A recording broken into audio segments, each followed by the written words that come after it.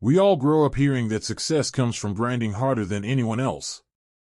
But let's be honest, have you ever noticed that sheer sweat isn't always enough? You also have to move with real wisdom. Think of a light bulb that burns steadily every single day. Nobody looks up and says, "Wow, great job staying on." Yet the moment it flickers out, the whole room panics. That's us. If we stay quiet in the shadows, doing brilliant work nobody truly sees, one day someone cheaper or louder will slip right into our spot, and the world will shrug, didn't even know they were there. Today's story hands us the exact lesson we need. Years ago, a young guy started at a busy factory. His guide was an old master craftsman with hands like weathered oak. One afternoon the old man pulled him close and whispered, "Pour your heart into every task, keep chatter to a minimum, and master absolutely everything here, so completely that replacing you would feel impossible." A decade rolled by.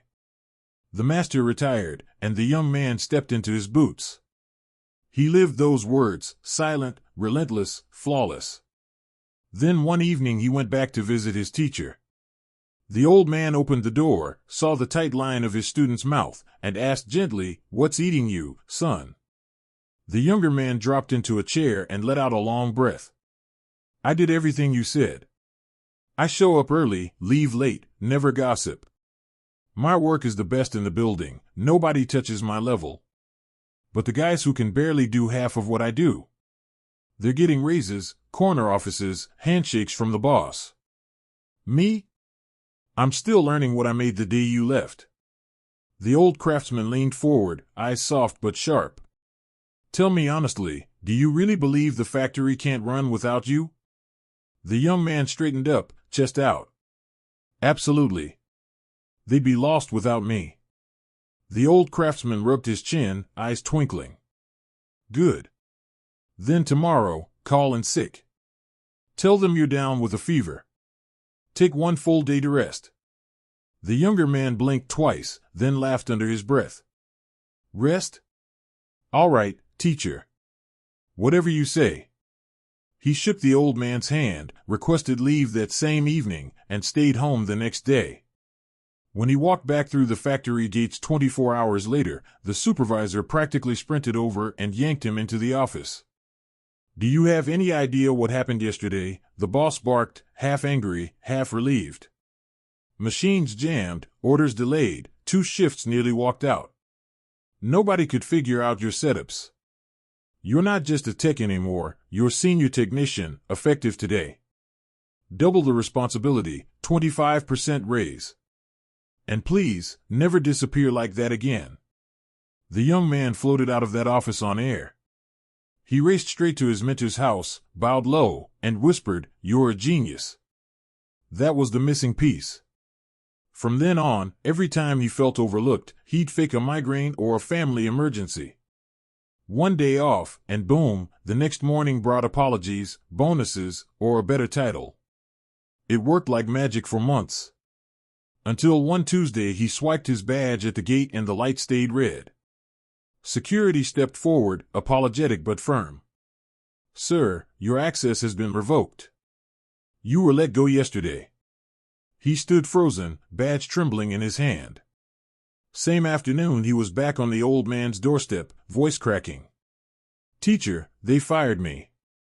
I did exactly what you taught me." The elder poured 2 cups of tea, slid one across the table, and sighed. "No, son. You only swallowed half the medicine. You learned that a lamp burning quietly every day gets taken for granted. Switch it off once, suddenly everyone remembers how dark the room really is. That part you nailed. But you never waited for the second half." He leaned in, voice soft as falling ash. "A lamp that keeps flickering off every other week isn't priceless, it's unreliable. People don't treasure it. They replace the bulb." The young man stared into his tea, watching the surface ripple with every shaky breath.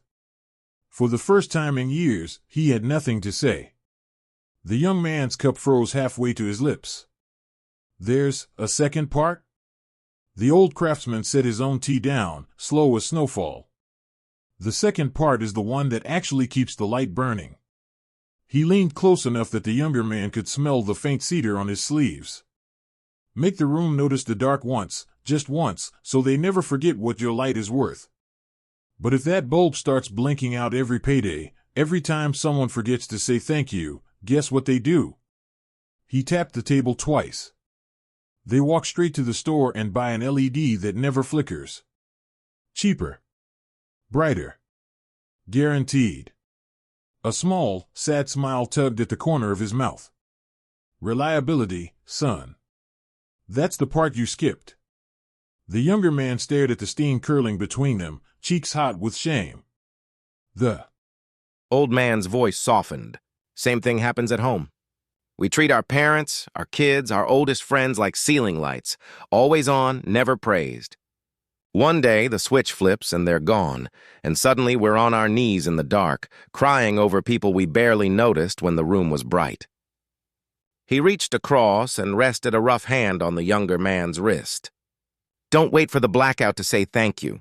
Don't wait for the funeral to send flowers. Tell them today. Show them today. Let them feel the warmth while it's still shining. Then he sat back, eyes steady. But never mistake gratitude for games. You don't prove your worth by walking out every time you feel invisible. You prove it by staying, so damn good, so steady, so kind that the thought of losing you feels like losing oxygen. Master every skill. Speak when it matters. Love out loud. Work like the factory can't turn without you, and then make sure it never has to. He raised his cup in a quiet toast. Balance, my boy.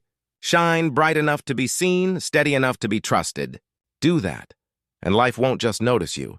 It will move mountains to keep your light exactly where it is.